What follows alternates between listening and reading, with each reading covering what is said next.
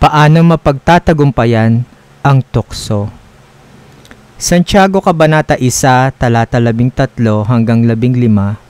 Kapag ang isang tao ay natutukso, hindi niya dapat sabihin, "Tinutukso ako ng Diyos." Sapagkat ang Diyos ay hindi matutukso ng masama at hindi rin siya nanunukso ng sinuman.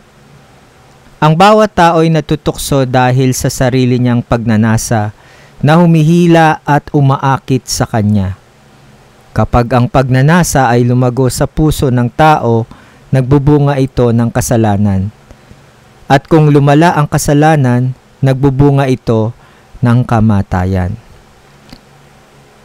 Aming Diyos na makapangyarihan sa lahat, maraming salamat sa araw na ito. Salamat sa iyong salita na nagtuturo sa amin ng tamang daan. Buksan mo po ang aming puso at isipan upang maunawaan namin ang iyong mensahe. Turuan mo po kaming lumaban sa tukso at manatili sa iyong kalooban. Naway ang aming pag-aaral ngayon ay magbigay ng kalakasan sa aming pananampalataya. Ito po ang aming dalangin sa pangalan ni Jesus. Amen.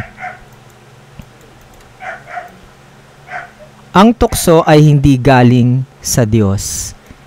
Kapag tayo ay natutukso, hindi natin maaaring sisihin ng Diyos. Hindi siya nagbibigay ng tukso. Ito ay nanggagaling sa ating sariling pagnanasa o kagustuhan na hindi ayon sa kanyang kalooban. Halimbawa, kung may perang naiwan at walang nakakakita, maaaring pumasok sa isip mo na kunin ito. Hindi ito tukso mula sa Diyos, kundi mula sa sarili mong pagnanasa. Ang proseso ng kasalanan. Sinasabi ni Santiago na may 3 hakbang bago magbunga ang kasalanan. Una, pagnanasa. May pumasok na maling hangarin sa puso. Ikalawa, pangangakit. Pinag-isipan ito at hindi agad nilabanan. Ikatlo, kasalanan. Ginawa ang maling bagay.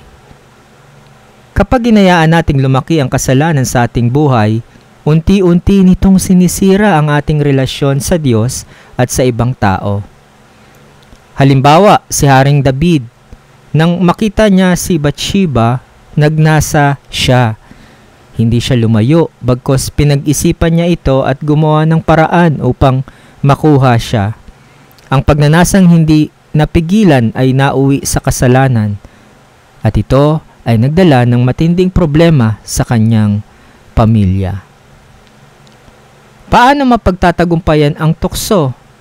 Hindi natin kayang labanan ang tukso ng mag-isa, pero may pangako ang Diyos na tutulungan niya tayo. Unang Korinto, Kabanata 10, talata 13, hindi kayo dumaranas ng anumang pagsubok na hindi nararanasan ng ibang tao. Ngunit maaasahan ng Diyos na hindi niya kayo pababayaan. Bibigyan niya kayo ng lakas at paraan upang mapagtagumpayan ito. Narito ang mga hakbang upang malabanan ang tukso. Umiwas sa tukso. Kung alam mong mahina ka sa isang bagay, iwasan ito. Halimbawa, kung alam mong natutukso kang magsugal, huwag pumunta sa kasino. Punuan ang isip ng salita ng Diyos. Ang salita ng Diyos ang ating sandata laban sa kasalanan. Lumayo sa maling impluensya. Makisama sa mga taong magdadala sa iyo palapit sa Diyos.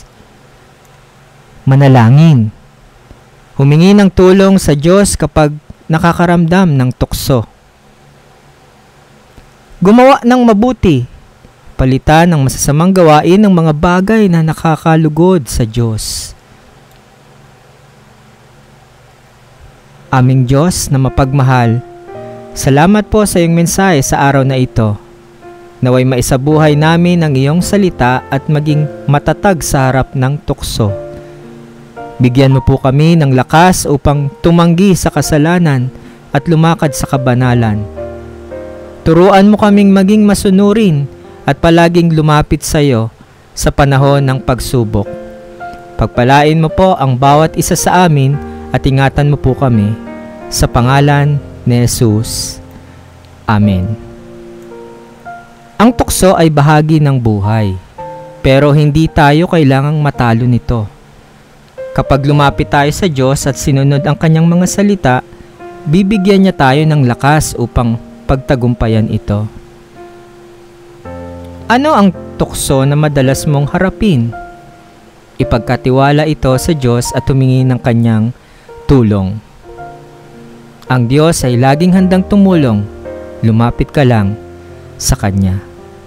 Naway pagpalain ka ng Diyos.